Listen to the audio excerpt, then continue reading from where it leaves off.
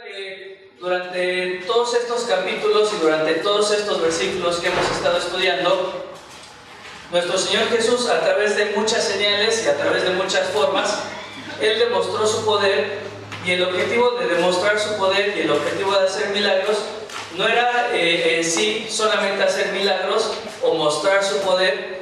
Los milagros que Él hacía, las sanidades, la resurrección de muertos, todos los milagros que Él hacía no eran un fin como tal, sino que más bien eran un medio para llegar a un fin. El fin de todas estas señales, pues justamente era que la gente pudiera entender que Él realmente era el Hijo de Dios y que pudieran decidir poner su fe en Él. Pero aquí en Marcos capítulo 6, versículo 12, hablamos hace algunas semanas de que va a ser un pasaje sumamente importante, porque encontramos ahí la misión de los 12. Si recuerdas, hablamos un poco de la importancia de este pasaje, porque a partir del versículo 12 vamos a encontrar el origen y los cimientos y los fundamentos de todo lo que nosotros conocemos como obra misionera, ¿sí? Aquí algunos de ustedes tenemos algunos misioneros de palabra de vida, tenemos entre nosotros algunos evangelistas, tenemos algunos de ustedes que han salido a campañas evangelísticas en el Marqués o en otros lugares. Bueno, pues el origen y el fundamento y los cimientos de todo lo que nosotros conocemos como ministerio evangelístico va a tener justamente su origen aquí en Marcos capítulo 6. ¿Recuerdas?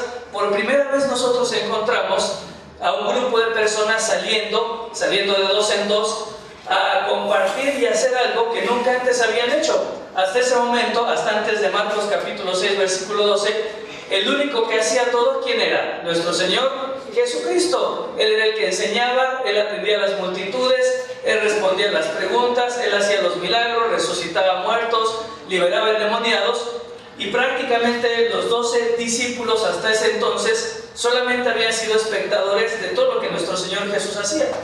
Pero entonces, a partir de este versículo, Marcos capítulo 6 versículo 12, vamos a encontrar la transición, porque nuestro Señor Jesucristo va a delegar prácticamente dos cosas: la proclamación del Evangelio y las manifestaciones de su poder a través de los 12 discípulos, que a partir de ese momento van a comenzar a ser llamados como los apóstoles. Así que es un pasaje sumamente importante, es un pasaje que marca un antes y un después de lo que nosotros conocemos como misiones. Y Marcos, en su estilo literario, en medio de ese pasaje de la misión de los 12, hace un paréntesis para hablar acerca de la muerte de Juan el Bautista. Por alguna razón, el escritor del Evangelio según San Marcos le gusta comenzar una historia, hacer un paréntesis para hablar de otra historia y después terminar la historia que él estaba comenzando, ¿no? Misión de los 12, encontramos la muerte de Juan el Bautista, y más adelante en el versículo 30 regresa y retoma la historia cuando regresan los apóstoles a dar un informe de todas aquellas cosas que ellos habían vivido y aquellas cosas que habían experimentado. No es la primera vez, si tú lo recuerdas, cuando hablamos del milagro de la resurrección de la hija de este hombre principal en la sinagoga de Jairo, hace un paréntesis para hablar acerca de la mujer con flujo de sangre y después concluye con la explicación del milagro de la resurrección de la hija de Jairo. Así que este estilo literario no es extraño, es más bien común en el Evangelio según San Marcos. Así que en el capítulo 6, versículo 30, regresan los apóstoles a dar su informe de lo que habían hecho. Y es interesante porque en el versículo 30 ellos regresan, cuentan las cosas que hicieron, pero inmediatamente o enseguida, que es una palabra que nosotros encontramos muy seguido acá en Marcos, nuestro Señor Jesucristo les dice: muy bien, excelente todo lo que hicieron, pero lo que yo necesito ahora es que nos vayamos a un lugar desierto y que ustedes puedan descansar. Había sido mucha la actividad, habían estado muchos días fuera, así que nuestro Señor Jesús entiende la necesidad de apartarse por un tiempo para recuperar fuerzas y para descansar. Mientras que intentan hacer esto, la gente se da cuenta que Jesús estaba ahí, que los apóstoles estaban ahí. Realmente ellos ni siquiera pueden apartarse a un lugar desierto, ni siquiera pueden tomarse un tiempo para descansar, sino que inmediatamente las multitudes comienzan nuevamente a acercarse a ellos, al grado de que dice ahí el capítulo 6 que ni siquiera tenían tiempo ¿para qué? Para comer, ¿no? Se llega a la necesidad de atender estas multitudes, se hace tarde, y bueno, los discípulos y los apóstoles dicen: Señor Jesús, ya la gente no ha comido, muchos vienen de lejos, el trayecto de regreso es complicado, ¿por qué no los despides y por qué no los dejas que se vayan a comer? Nuestro Señor Jesús le dice: ¿por qué no mejor ustedes les dan de comer, ¿no? Y estudiamos hace algunas semanas, la semana pasada, justamente este milagro de la alimentación milagrosa, y tan solo con 5 panes y 2 peces, nuestro Señor Jesucristo, apoyado también de los apóstoles, va a alimentar un grupo de ¿cuántas personas? ¿Recuerdan? 5,000 varones. Por lo menos estaríamos hablando de aproximadamente 15,000 personas, calculando que cada varón traía a su esposa y por lo menos un niño, ¿no? Llegamos entonces a nuestro pasaje que vamos a estar estudiando en esta mañana, así que te invito a que puedas abrir tu Biblia ahí a partir del versículo 45 de Marcos capítulo 6. Vamos a darle lectura y después vamos a comenzar a estudiar algunas verdades. Vamos a ver 4 verdades en estos versículos. Dice así, entonces, la palabra de Dios a partir del versículo 45, dice: enseguida hizo a sus discípulos entrar en la barca e ir delante de él a Betsaida, en la otra ribera, entre tanto que él despedía a la multitud. Y después que los hubo despedido, se fue al monte a orar. Y al venir la noche, la barca estaba en medio del mar y él solo en tierra. Y viéndole remar con gran fatiga, porque el viento les era contrario, cerca de la 4ª vigilia de la noche vino a ellos, andando sobre el mar, y quería adelantárseles. Viéndole ellos andar sobre el mar, pensaron que era un fantasma y gritaron, porque todos le veían y se turbaron. Pero enseguida habló con ellos y les dijo: tened ánimo, yo soy, no temáis. Y subió a ellos en la barca, y se calmó el viento, y ellos se asombraron en gran manera y se maravillaron. Y fíjate lo que dice el último versículo, dice: porque aún no habían entendido lo de los panes, por cuanto estaban endurecidos sus corazones. Hasta ahí la lectura. Y sabes, comienza entonces a este pasaje a describir lo que sucede después de que atienden a esta multitud. Y por lo menos en estos primeros 3 versículos hay por lo menos 3 verdades que, si estás en el ministerio, son 3 verdades que me encantaron acerca de Jesús. Dice entonces el versículo 45, dice que enseguida hizo a sus discípulos entrar en la barca e ir delante de él a Betsaida, en la otra ribera, dice: entre tanto que él despedía a la multitud. Un principio en cuanto al servicio ejemplar en la vida de Jesús, podemos resaltar acá su compromiso, ¿no? ¿Ves? Clásico como en la IBM, nuestro Señor Jesús no era el primero que se iba, sino que Él era el que tenía la llave y era el que cerraba la puerta, Él era el que metía la carpa azul, Él era el que metía la lona. Cuando todos los demás se habían ido, encontramos un ejemplo de compromiso en el servicio. Él ve la situación, entiende la situación de cansancio de sus discípulos o de los apóstoles, y les dice: adelántense ustedes, no hay problema, yo me voy a quedar todavía un rato más a atender a la multitud y a despedirlos. Si nos da un poco de referencia, esto va a suceder ahí justo en este lugar. Iban a Betsaida y ellos tenían que pasar del otro lado. Yo creo que ustedes recuerdan que estamos hablando del mar de Galilea. Está el mar de Galilea, tenemos el río Jordán y tenemos después el mar Muerto, y todavía estamos hablando y todavía estamos ubicados en el mar de Galilea. ¿Qué era lo que tenían que hacer los discípulos y qué era lo que tenían que hacer de Jesús? Ellos tenían que cruzar prácticamente del este hacia el oeste, ¿sí?, para llegar entonces al lugar al que ellos tenían que llegar, del este al oeste. Ahorita les voy a dar algunas referencias y algunos números en cuanto al mar de Galilea para que lo podamos entender mejor. Pero primero, bueno, un ejemplo en cuanto al compromiso en el servicio. Después de que despide a la multitud, dice: y después que los hubo despedido, se fue al monte, que dice, a orar. No solamente nuestro Señor Jesús es un ejemplo en su compromiso, sino que también va a ser un ejemplo de comunión en medio del servicio. Si tú eres parte del equipo de servidores, tú sabes a lo que me refiero, ¿no? En ocasiones nos llenamos de actividades y generalmente lo primero que va a sufrir va a ser nuestro tiempo de comunión con Dios. Pero nuestro Señor Jesús muestra compromiso despidiendo a la multitud, muestra también un ejemplo en cuanto a la comunión. ¿Por qué? Porque se va al monte a orar. Y versículo 47 dice: y al venir la noche, la barca estaba en medio del mar, dice, y él solo en tierra. ¿Sabes? Si quizá tuviéramos que hablar otro ejemplo en el servicio en cuanto a nuestro Señor Jesús, podría mencionar el compañerismo, ¿no? Seguramente cuando Él se queda en tierra y cuando Él se queda orando, ¿qué crees que es lo que Él estaba pidiendo? ¿Qué crees que habrá sido su oración? ¿Qué se imagina? ¿Nadie? ¿Ya se durmieron?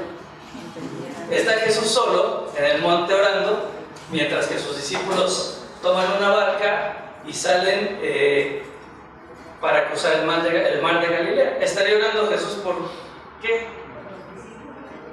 Por los discípulos. Seguramente nuestro Señor Jesús, como lo vemos en Juan capítulo 17, no era egoísta en su oración y siempre estaba intercediendo por los demás. Así que, aunque son dos escenas diferentes y aunque son dos escenas que son totalmente opuestas, estas dos escenas van a estar íntimamente ligadas y van a tener una enseñanza y un simbolismo muy hermoso, ¿no? Pero es entonces un ejemplo en cuanto al compromiso, se queda hasta el último. Es un ejemplo en cuanto a la comunión. Después de atender a toda la gente, dice: yo tengo que pasar un tiempo en oración con mi Padre. Y es un ejemplo de compañerismo, porque seguramente en esa oración él seguramente habrá orado por sí mismo, pero también seguramente habrá orado por los discípulos. Allá el versículo 48 dice lo siguiente, dice: viéndole remar con gran fatiga. Dice: porque el viento era contrario cerca de la cuarta vigilia de la noche. Ahora, ¿sabes? Aquí Marcos no nos da mucho detalle, no es muy específico en cuanto a qué estaba sucediendo en este momento. Lo único que dice es que él se estaba viendo remar con gran fatiga, y es una mención de que el viento era contrario, pero no da más detalles. Sin embargo, este mismo pasaje, esta misma historia, nosotros la vamos a encontrar en el Evangelio según San Juan. No es necesario que lo busquen, pero en Juan capítulo 6, versículo 18, lo narra y da un detalle más específico. Dice que el viento se estaba levantando con gran fuerza, y no solamente que el viento se levantaba con gran fuerza, sino que con esa misma fuerza estaba golpeando la barca. Es decir, Marcos no da más detalles, pero por la narración en el Evangelio según San Juan, nosotros podemos entender que los discípulos en medio de ese mar, en medio de la barca, estaban enfrentando una tormenta. Mateo capítulo 14, versículo 24, que es el pasaje paralelo, dice que la barca estaba en medio del mar, y utiliza una palabra ahí, utiliza la palabra azotado por el gran viento que le era contrario, ¿sí? Así que tanto Juan como Mateo van a dar el detalle de lo que estaba sucediendo. ¿Ves? Lo que estaba sucediendo en ese momento era una terrible crisis. El viento estaba golpeando la barca, era como si el mismo mar quisiera devorar esa barca. ¿Sabes? Una de las características de ese mar de Galilea, es que está rodeado por una cadena montañosa, está rodeado de montañas.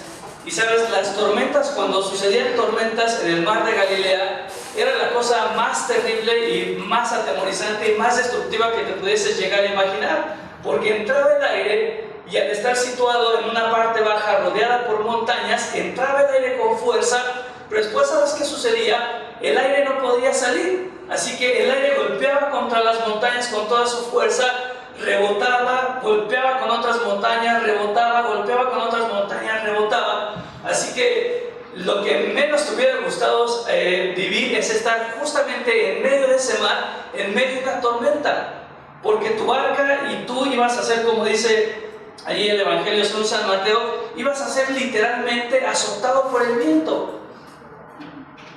¿Sabes? Este pasaje, hasta antes de este versículo, podríamos decir que todo iba bien. Los discípulos se habían subido a su barca, iban con un rumbo que nuestro Señor les había marcado, nuestro Señor estaba orando por ellos, así que hasta ese momento todo parecía que estaba bien. Pero a partir de este versículo, del versículo 48, vamos a encontrar que este grupo de 12 hombres, los 2 apóstoles, van a enfrentar una crisis. Y por eso el título, o como yo le puse por título a este mensaje, es justamente qué hacer en medio de una crisis. Y sabes, no necesitamos ser muy conocedores ni muy abusados para darnos cuenta que el tiempo que nosotros estamos viviendo en crisis. Lo mencionaban hace rato, y por donde sea que miremos, cualquier canal que nosotros prendamos, vamos a encontrar que hay crisis social. Muchos países la gente se está rebelando contra los gobiernos, así que hay crisis social, hay crisis también a nivel gobierno o a nivel gubernamental, hay crisis comercial. Varios países, Estados Unidos, China, están peleando por el poderío económico y eso los ha llevado a una crisis y a una guerra económica y comercial. Obviamente estamos en un tiempo de crisis en cuanto a guerras, estamos en un tiempo de crisis en cuanto a la salud mundial, con el coronavirus y más cosas que seguramente van a salir, ¿sí? Así que para donde volteemos hay crisis. Y no hablemos de una crisis moral, porque tú y yo sabemos cuánto está sufriendo nuestro mundo y la crisis moral tan grande que existe. Pero sabes, más allá de todas estas crisis social, económica, comercial, moral, las crisis más fuertes, escucha bien, y las crisis más profundas y las crisis que más duelen son las crisis que van a llevarse a cabo dentro de nuestro corazón. Esas son las que realmente duelen. Las crisis de afuera duelen, nos importan, pero las crisis que enfrentamos en nuestro corazón van a ser las crisis más profundas, más dolorosas y que más van a ir consumiendo nuestro corazón, nuestra energía, nuestra alma, nuestro espíritu. Los discípulos estaban enfrentando esta crisis. Quizá hoy tú estás acá enfrentando una crisis y estás en medio de una tormenta. Puede ser a lo mejor una crisis familiar. Tu familia te ha traicionado, tu familia te ha dado la espalda, no lo sé. Puede ser una crisis matrimonial, tiempo arrastrando situaciones, a lo mejor descubrieron tu infidelidad y tu matrimonio, en vez de pintar para algo bueno, está en una crisis tan severa y tan profunda que está a punto de desmoronarse. Quizás una crisis con tus hijos, ya no sabes qué hacer, te han estado ocultando cosas, descubriste cosas, está metido en lo que quieras, vicios, pornografía, y llega el punto, y llega esta crisis tan fuerte que dices, es que ya no sé qué hacer. O viceversa, a lo mejor la crisis es tuya como hijo, con tus padres, y dices, es que no me entienden, es que no me dedican tiempo, es que ni siquiera percibo que me amen. Y estas crisis, son las más duras, las más profundas y las que más pueden llegar a calar en nuestro corazón. ¿Qué hacer en medio de la crisis? Pues no, tengo varios versículos acá, no los vamos a buscar. Pero el Salmo 55, versículos 4 y 7, el salmista dice, ¿quién me diera alas como de paloma? Y dice el salmista, volaría y me iría lejos. Y sabes, algunos piensan que el salmista en medio de una crisis, él dice, yo ya no quiero estar aquí. Y algunos llegan a interpretar que él estaba pensando en qué, en el suicidio o en morir. Esas crisis son las que duelen, las crisis del corazón. Son las tormentas más fuertes. En Salmos 94, 19, el salmista dice, dice, en la multitud de mis pensamientos. Porque, ¿sabes? Es ahí donde se gesta mucho de la crisis y es ahí donde se va a procesar mucho acerca de la crisis. Pues a mí me gustaría entonces en estos versículos hablarte acerca de 4 cosas que justamente nosotros podemos hacer cuando estamos atravesando o cuando estamos viviendo en medio de una crisis. La primera, ¿sabes?, tiene que ver con examinar mis pensamientos. Examinar justamente, como decía el salmista, la multitud de mis pensamientos, o examinar todas aquellas cosas que están pasando en mi mente. Acompáñame, sí lo vamos a leer, Salmo capítulo 139, es un pasaje conocido.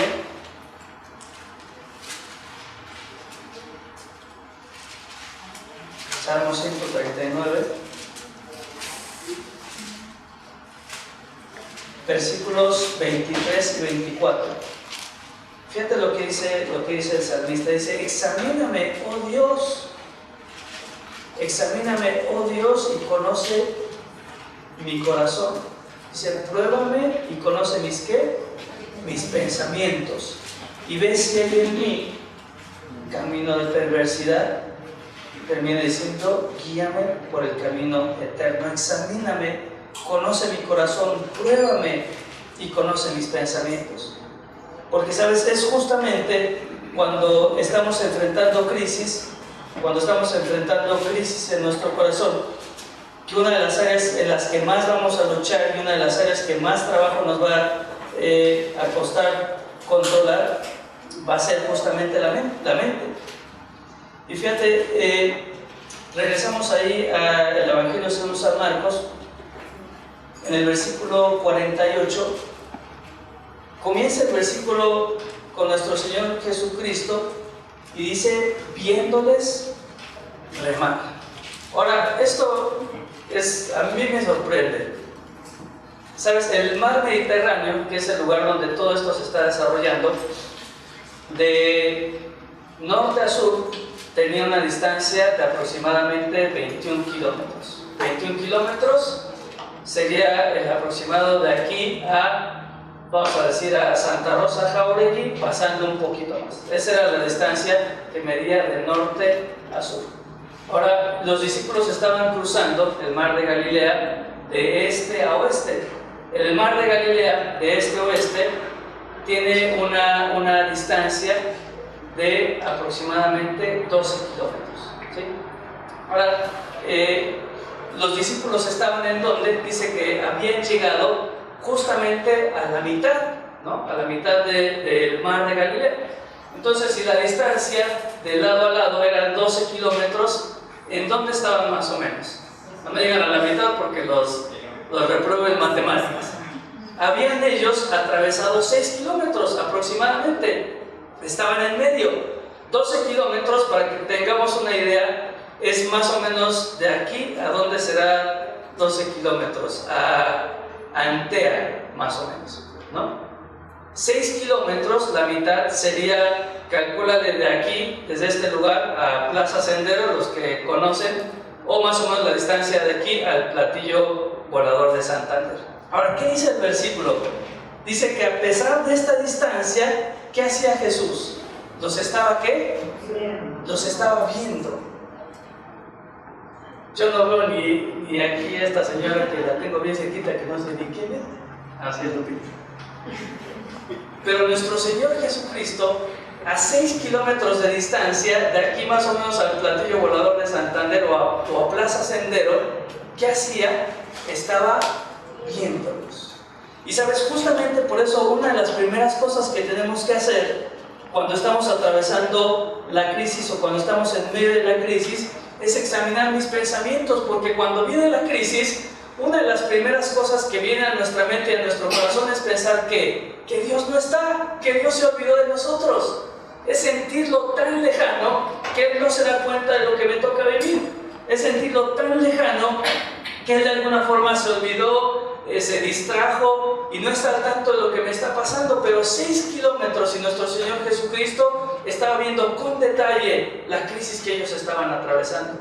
Y por eso estas dos escenas, que son totalmente contrarias, mientras nuestro Señor Jesús estaba en la soledad, estaba tranquilo, estaba pasando un tiempo de intimidad con Dios, el grupo de los dos estaban en medio de la tormenta, ruido, oscuridad terrible. Eran dos eventos, eran dos escenas totalmente contrarias, pero que estaban unidas por nuestro Señor Jesús viendo a sus discípulos y orando por ellos. ¿Sabes? Seguramente los discípulos humanamente pensaron que su vida corría peligro, pero déjame decirte, su vida estaba más segura de lo que jamás podría haber estado, porque nuestro Señor Jesús los estaba viendo y estaba orando por ellos.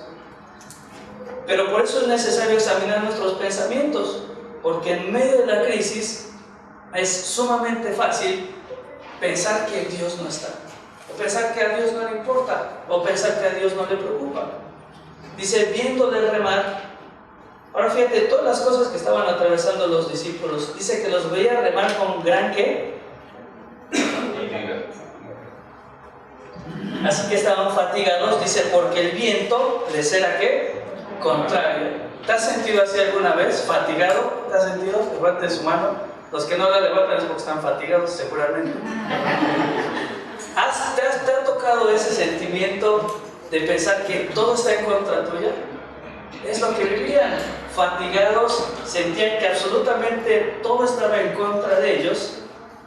Ahora fíjate el detalle que comienza, que explica y dice que era cerca de la cuarta vigilia de la noche. Los romanos acostumbraban dividir la noche desde que se comenzaba a poner el sol hasta que amanecía. Dividían en 4 vigilias. La primera era de 6, 7, 8, de 6 a 9, cuando comenzaba a oscurecer. Esa era la primera vigilia. Segunda vigilia era de 9 a 12 de la noche. La tercera vigilia era de 12 de la medianoche a las 3 de la mañana. Y la cuarta vigilia era de las 3 de la mañana a las 6 de la mañana, que es cuando comienza a amanecer, ¿no? Y dice entonces que todo esto sucedió ¿en qué momento? Cerca de la ¿qué? Cerca de la cuarta vigilia. No era la cuarta vigilia, estamos cerca. Así que ¿qué hora calculas más o menos que sería? 2:40, cerca de las 3 de la mañana. Porque a la cuarta vigilia comenzaba supuestamente a amanecer. Ahora, queridos conocedores pachangueros como yo, que se desvelaban, yo ya no, una vez.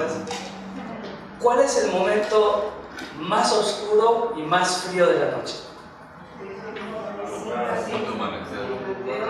Antes de amanecer. Es decir, justamente antes de la cuarta vigilia. ¿Ves? No solamente estaban fatigados, no solamente todas las cosas les parecían contrarias, sino que estaban en el instante preciso cuando todo parecía más oscuro y cuando todo parecía más frío. Las cosas no podían ser peor, la crisis no podía ser peor para estos discípulos. Cerca de la cuarta vigilia de la noche, dice, vino a ellos andando sobre el mar y quería adelantárseles. Dice, viéndole ellos andar sobre el mar, que dice, pensaron que era un fantasma. Por eso la importancia de cuando uno está pasando la crisis, examinar mis pensamientos. Porque puede ser que la crisis, puede ser que el cansancio, puede ser que la fatiga, puede ser que este sentimiento de que todo está en contra mía, puede ser que esta sensación de estar en el momento más oscuro y más frío de mi vida me haga perder la perspectiva de quién es Dios. Y sucede que en medio de la crisis, muchas veces nosotros no somos capaces de ver que Cristo está ahí, que en medio de la crisis no estamos solos, que en medio de la crisis Él está a nuestro lado, que la crisis no la estamos pasando solos, sino que la estamos pasando de la mano de Él. Ni siquiera tuvieron la capacidad, después de tanto tiempo, después de haber experimentado tantas cosas con Jesús, estaban tan metidos en su crisis y en lo que estaban viviendo que pensaron que era un fantasma. Esto en aquellos tiempos era muy común, pero de alguna forma me hace pensar qué poquita fe tenían los discípulos, ¿no? Después de haber pasado tanto tiempo con Él y después de haberle visto realizar tantos milagros, su primer pensamiento que es un fantasma. Dice después, al terminar este versículo, dice que gritaron. ¿Sabes? La traducción más literal o más adecuada de este gritaron, ¿sabes cuál es? Se pusieron literalmente a llorar. Estaban totalmente aterrorizados, estaban en pánico, porque en medio de la crisis sus pensamientos los engañó, en medio de la crisis su perspectiva de Dios cambió, y ya no podían ver a Cristo en medio de esa crisis, sino lo único que veían era un fantasma.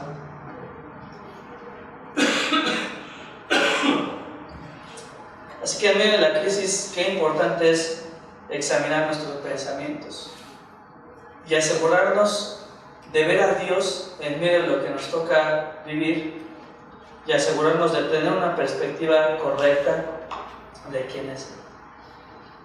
Siguiente versículo dice, porque todos le veían y se turbaron, es decir, esta es la misma palabra que se utiliza cuando hay un temblor, se agitaron, es la misma palabra que nuestro Señor Jesucristo utiliza en Juan capítulo 14 cuando les dice, no se turbe vuestro corazón. Están totalmente asustados, temblando, llorando. Dice, pero enseguida habló con ellos y les dijo, tened ánimo, yo soy, no temáis. Y sabes, no solamente en medio de la crisis es importante examinar nuestros pensamientos, sino que también en medio de la crisis va a ser sumamente importante y va a ser vital entregarnos a la palabra de Dios. Examinar nuestros pensamientos y entregarnos a la palabra de Dios. Porque nuestro Señor Jesucristo habló y les dijo, tened ánimo, yo soy, no temáis. Y justamente va a utilizar esta frase, el yo soy, que seguramente los discípulos entendían, que comprendían y que estaban familiarizados con esta idea. ¿Sabes? Yo tengo acá en mi teléfono. El teléfono sirve para muchas cosas, si sabían, ¿no? No solo para Facebook, WhatsApp y estas cosas y perder el tiempo.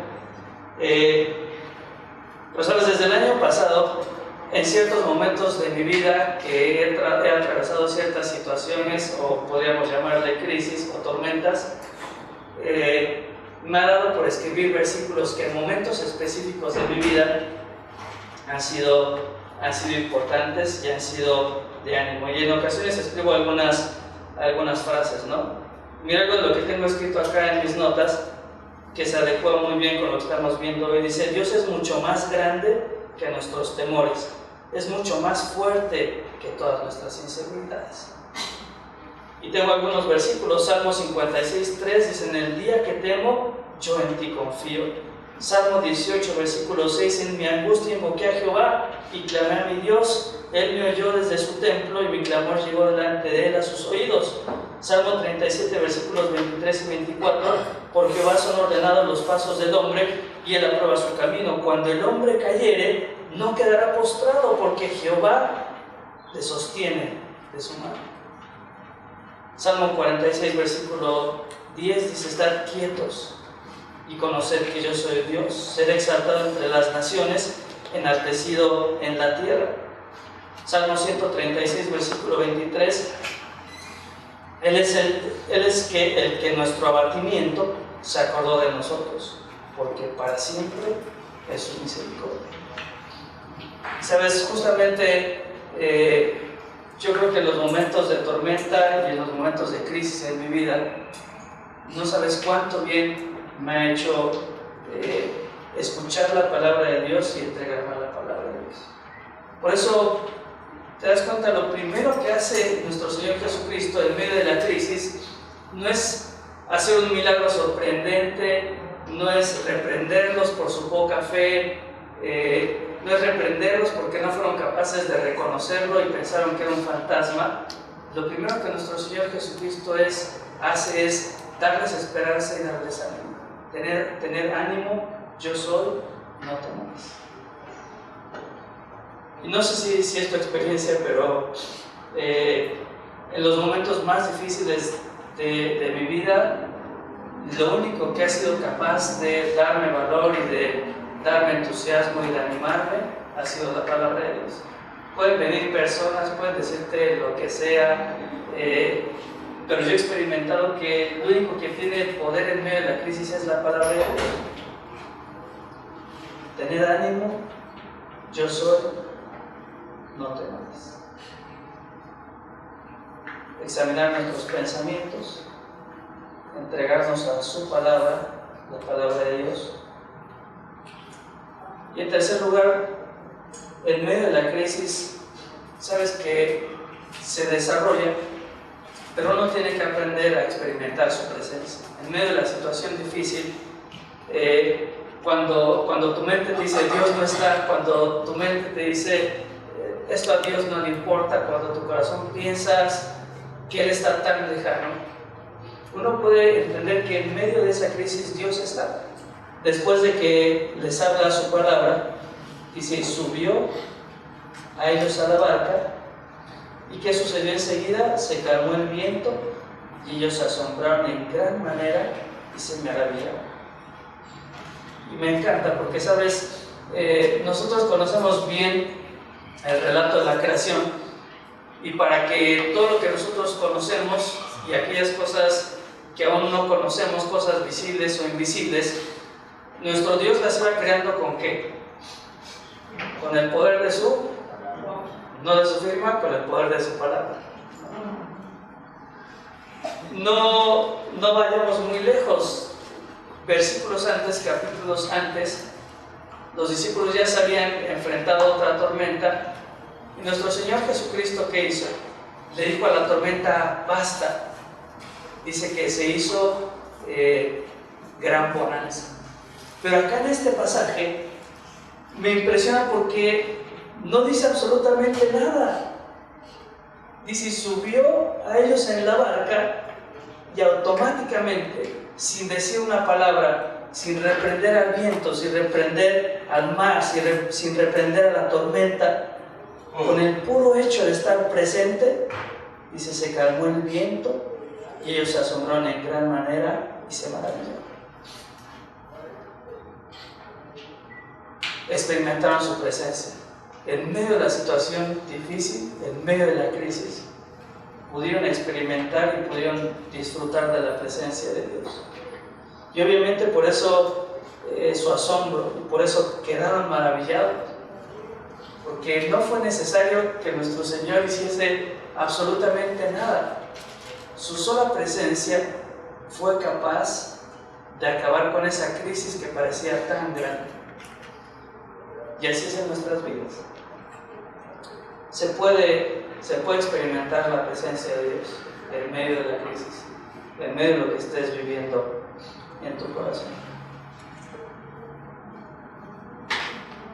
Finalmente dice el último versículo, ¿sabes? Yo creo que dentro de lo que hemos hablado en medio de la crisis, con respecto a examinar nuestros pensamientos, a entregarnos a su palabra y a experimentar su presencia, yo creo que este último punto es el punto más importante y es el punto clave. Dice así la palabra de Dios, porque aún no habían entendido lo de los panes, por cuanto estaban endurecidos sus corazones.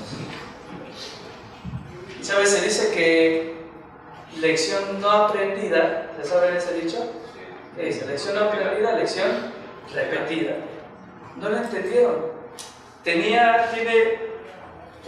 unos versículos atrás, poco tiempo que ellos habían experimentado ese milagro tan grande que en nuestro hogar IBM nos preguntábamos, ¿no? ¿En qué momento se multiplicó todo? ¿Cómo habrá sido, no?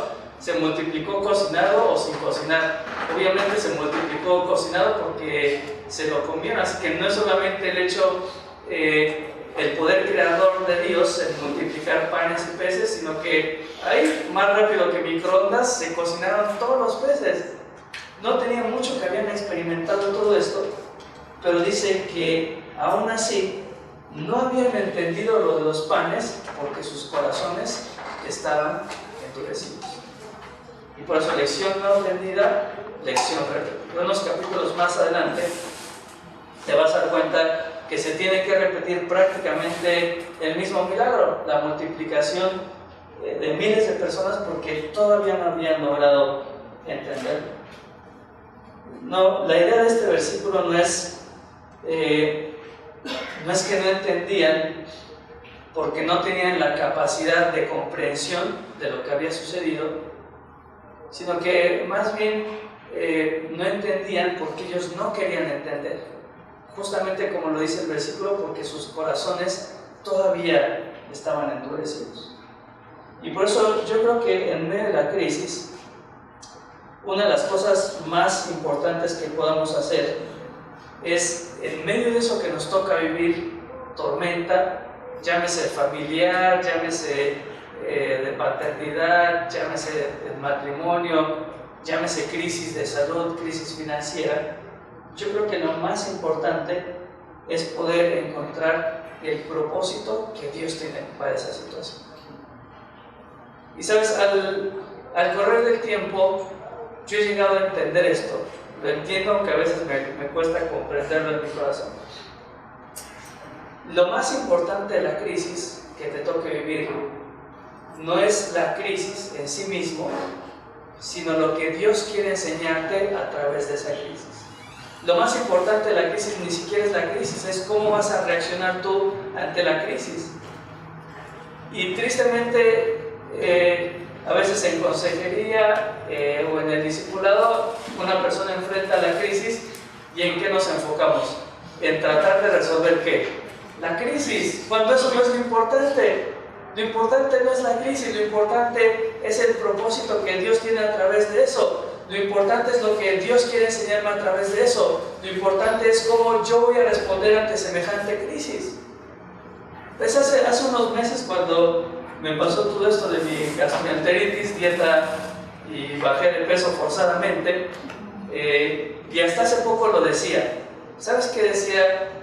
Yo, tonta y neciamente, yo le decía a Dios, esto es lo peor que me ha pasado. ¿En qué estaba pensando yo? En mi crisis y en mis circunstancias. Pero sabes, descubrirme, como dice el salmista, sepa yo cuán frágil soy. Al descubrirme tan frágil y tan enfermizo, al saber que Dios en un segundo puede tocar mi cuerpo y hacer con él lo que quiera, me ha llevado a acercarme a Dios desde el verano del año pasado hasta ahora, más de lo que quizás había sido en otros tiempos. Y estoy disfrutando mucho mi tiempo de oración, estoy disfrutando mucho mi tiempo con la palabra. Llego acá, canto alabanzas, a lo mejor te ha pasado, ¿no? Uno las canta como periquito, pero cuando estás atravesando una crisis, la misma alabanza es totalmente diferente y llega a tu corazón. Y después de un tiempo dije, qué tonto y qué terco he sido. ¿Cómo puedo decir que esto es lo peor que me ha pasado en la vida? Y lo tengo acá en mis notas, los puedo mostrar. Le taché y le puse lo mejor que me ha pasado en la vida. Porque Dios ha utilizado una crisis, en mi caso de salud, para cumplir los propósitos que Él tenía para mí. Pero los discípulos, al parecer, no habían entendido. Qué importante es, en medio de la crisis, entender cuál es el propósito de Dios a través de esa crisis. Y no apurarte, porque a veces es lo que nos pasa, ¿no? Humanamente. Cuando estás en medio de la crisis, ¿qué es lo que más quieres? Que se acabe. Pero entre más rápido pase la crisis, menos vamos a aprender. Entre menos dure la crisis, menos se va a transformar mi vida. Entre más pasajera sea la crisis, menos voy a entender el propósito que Dios tiene para mí. Y viceversa, mientras más larga es tu crisis, Dios habla más a tu vida. Mientras más larga es tu crisis, más entiendes los propósitos que Dios tiene para ti. mientras más larga es tu crisis, vas entendiendo el por qué y el para qué lo permitió Dios. Así que es importante poder, en medio de la crisis, encontrar cuál es el propósito por el cual Dios lo permite. Romanos capítulo 8, versículo 28 lo conocemos. Dice: yo sé esto, que para el que ama a Dios, todas las cosas le ayudan ¿para qué? Para el bien. Decía el escritor a los romanos: yo sé que todo lo que me está pasando, al final de cuentas va a ser para mi bien. Y Jeremías 29, capítulo 11, es el otro lado de la moneda, no es Pablo escribiendo en Romanos, es nuestro Señor Jesucristo diciendo: porque yo sé los planes que tengo para ti, planes de bien. Es decir, yo sé que la crisis es para mi bien. Dios sabe que la crisis que me permite vivir es para mi bien. ¿Qué es lo importante? En medio de la crisis, poder entender cuál es su propósito. Así que, si estás atravesando el mar, si te encuentras fatigado o fatigada, si sientes que todo está en tu contra, que es el momento más oscuro de tu vida, que es el momento más frío de tu vida, por favor, nunca pienses que Dios no está ahí. Porque aunque lo sientas lejano, Él está cerca viendo. Examina tus pensamientos, que las circunstancias no te hagan perder de vista quién es Dios. En medio de la crisis, entrégate a su palabra, porque es lo único que te va a sostener. Experimenta su presencia en medio de lo que te toque vivir. Y finalmente entiende cuál es el propósito por el cual Dios te permite atravesar eso. No te apures, no corras para salir. Corre y apúrate para descubrir qué es lo que Dios tiene planeado para ti. Oramos. Querido Dios, te damos gracias por este tiempo, gracias por tu palabra. Gracias, Dios, por este mensaje que tiene tanta enseñanza para nosotros. Y a esta hora, Dios, quisiera rogarte por aquella persona que quizá en medio de nosotros está atravesando la peor tormenta de su vida, que quizá nadie de nosotros la sabemos ni la conocemos, pero tú sí. Te ruego que lo que aprendimos en esta tarde pueda ser un bálsamo, pueda ser reconfortante y pueda traer esperanza a esta persona, hombre o mujer, en medio de su crisis. Y que aunque todo parezca oscuro en estos momentos, que pueda confiar plenamente en que tú tienes un plan y un propósito.